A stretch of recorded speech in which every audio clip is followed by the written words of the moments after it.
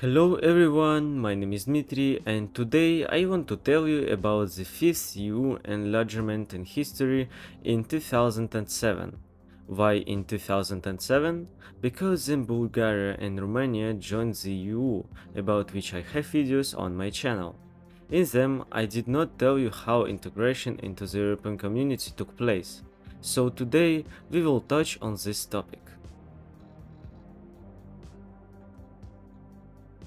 So, since 1989, the European organization has been pursuing a policy of rapprochement with the former socialist countries of Central and Eastern Europe. The European Union has established diplomatic relations with them, abolished many customs barriers, and introduced the most favored nations trade regime. Having the greatest number of problems by the time Romania joined the EU, it had to fully meet the criteria that were formulated in June 1993. The political criterion is the stability of institutions that guarantee democracy, the rule of law, respect for human rights, respect and protection of the rights of minorities. The economic criterion is the existence of a functioning market economy as well as the ability to resist competitive pressure and market forces within the EU. The criterion associated with the adoption of EU institutional and legal norms is the ability to fulfill the obligations of an EU member, including with regard to the creation of a political, economic and military union. After the fall of the Ceausescu regime in 1989, the euphoria of Westernism seized society. However, the difficulties of the transition period, the economic downturn, corruption, impoverishment of the already poor population contributed to the strengthening of nationally oriented trends in both culture and politics. According to sociological estimates in 1998, national patriotic political parties had a stable influence on society, and serious changes in the election campaign on the eve of the parliamentary and presidential elections in 2000. The forecast turned out to be correct. The representative of the extreme nationalist Corneliu Vadim Tudor entered the second round of the 2000 presidential election. The official foreign policy course of both the left social democratic leadership led by President Ceausescu and the right liberal leadership led by Constantinescu had and has an unconditional orientation to participate in the EU and NATO. However, Romania faces great difficulties along the way. In the post-communist period, Romanian diplomacy faced the problem of developing new conceptual approaches to advance towards its main goal: entry and equal participation in European and Euro-Atlantic structures. Romania was assured that its intention would be considered in further expansion of this organization.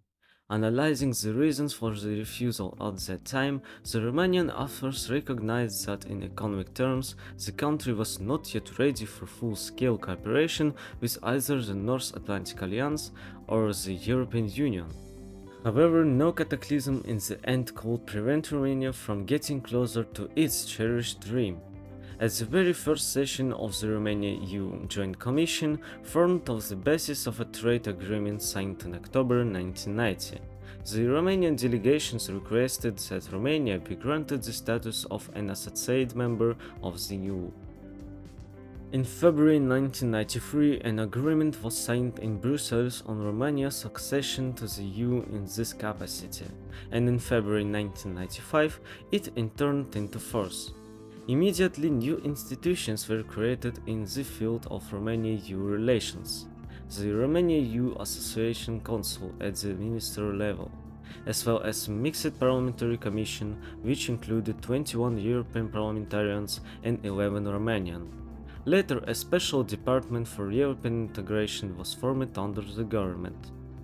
On June 22, 1995, Romania made an official request to be admitted to the EU as a full member, but this was impossible because even by 2000 the economic differences between the EU and the candidate countries were too significant. Only in 1999, despite the low economic indicators, Romania, like Bulgaria, was included in the process of negotiations on joining the EU.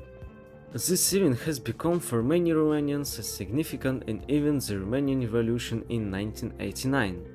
On January 1st, 2007, Romania joined the EU, and as we can see, such a long process was caused mostly by poor economic conditions and even the growth of nationalism.